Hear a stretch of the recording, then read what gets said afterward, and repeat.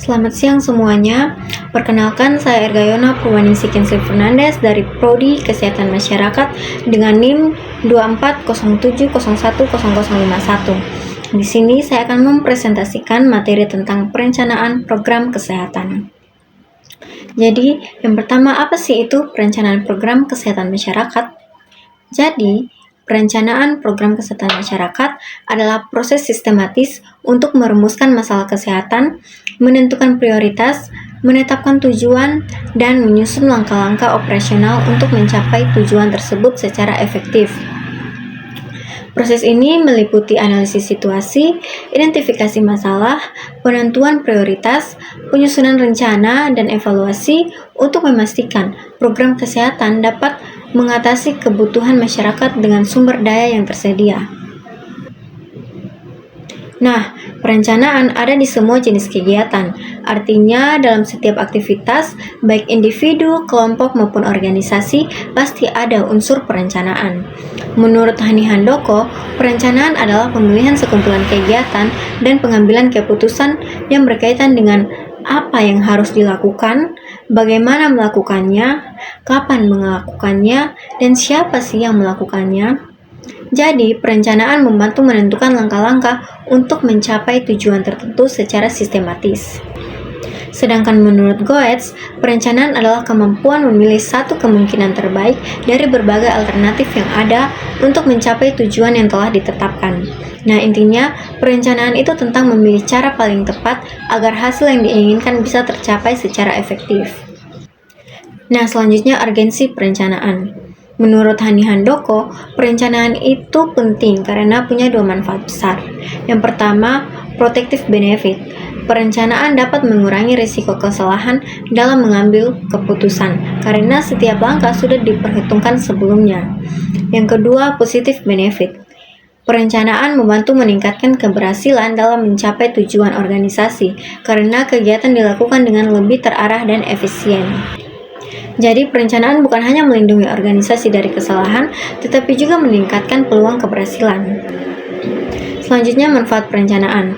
Nah, perencanaan memiliki beberapa manfaat praktis, yaitu yang pertama, sebagai pedoman dalam pelaksanaan dan evaluasi kegiatan, agar semua langkah berjalan sesuai arah yang ditentukan. Yang kedua, memudahkan koordinasi, karena setiap pihak tahu perannya masing-masing. Yang ketiga, menempatkan tanggung jawab secara tepat. Jadi, setiap anggota tim punya tugas yang jelas.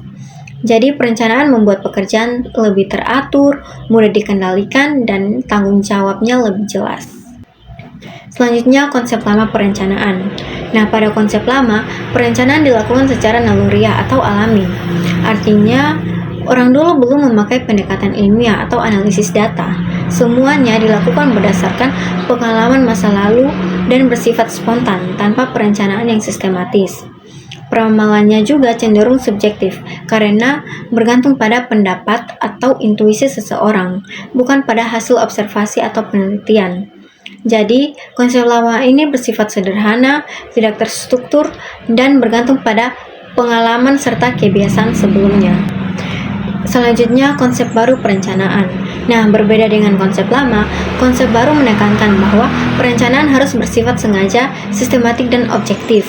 Artinya, setiap kegiatan dirancang dengan matang berdasarkan data yang valid dan analisis situasi yang jelas.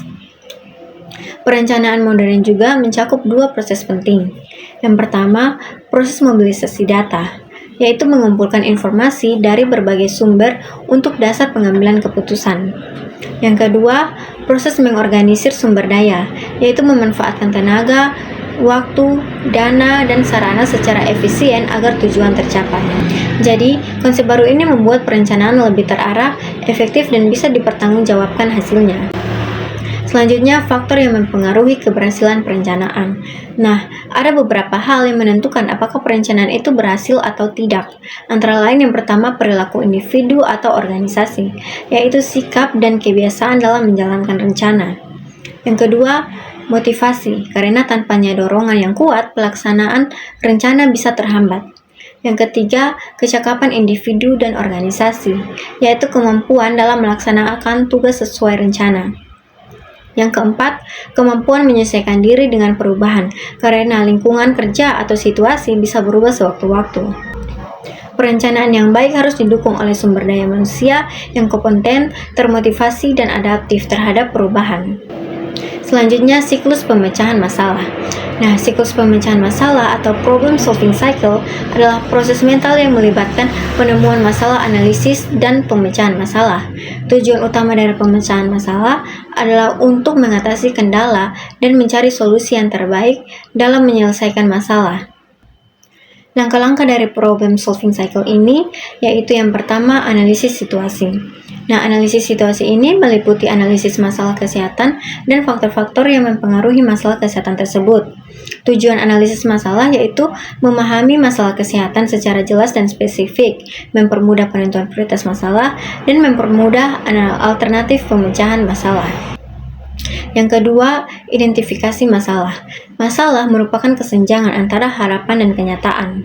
Cara perumusan masalah yang baik adalah kalau rumusan tersebut jelas menyatakan adanya kesenjangan. Penentuan masalah dapat dengan cara membandingkan dengan yang lain, memonitor tanda kelemahan, membandingkan capaian saat ini dengan tujuan atau capaian sebelumnya, checklist, brainstorming, dan dengan membuat daftar keluhan. Yang ketiga, prioritas masalah. Nah, penentuan prioritas masalah kesehatan adalah suatu proses yang dilakukan untuk sekelompok orang dengan menggunakan metode tertentu untuk menentukan urutan masalah dari yang paling penting sampai yang kurang penting. Nah, langkah-langkah penentuan prioritas masalah terdiri dari yang pertama menetapkan kriteria, yang kedua memberikan bobot masalah, dan yang ketiga menentukan scoring setiap masalah. Nah, siklus pemecahan masalah yang keempat adalah tujuan. Tujuannya adalah untuk menetapkan hasil yang ingin dicapai. Tujuan itu harus jelas, terukur, realistis, dan ada batas waktu. Yang kelima, ada alternatif pemecahan masalah. Nah, pada tahap ini dibuat beberapa pilihan solusi yang mungkin bisa dilakukan dan memilih masalah mana yang paling penting dan mendesak untuk diselesaikan terlebih dahulu dari daftar masalah yang telah diidentifikasi. Tujuannya adalah agar sumber daya dan upaya dapat difokuskan pada masalah yang berdampak besar dan dapat diselesaikan dengan efektif. Yang keenam, rencana operasional. Rencana operasional adalah tahap di mana alternatif solusi yang telah dipilih dirinci menjadi langkah-langkah konkret yang akan dilaksanakan secara terstruktur. Rencana ini berisi uraian tentang kegiatan, sumber daya yang dibutuhkan, jadwal pelaksanaan, serta penanggung jawab setiap bagian dari pelaksanaan solusi. Nah, perencanaan operasional berfungsi untuk memastikan bahwa pelaksanaan solusi bisa dijalankan dengan baik, terarah, efisien, sehingga tujuan pemecahan masalahnya dapat tercapai. Selanjutnya, yang ketujuh ada pelaksanaan dan penggerakan. Nah, pelaksanaan dan penggerakan adalah tahap di mana rencana operasional yang telah dibuat dijalankan secara nyata di lapangan untuk menyelesaikan masalah yang telah diidentifikasi dan diprioritaskan.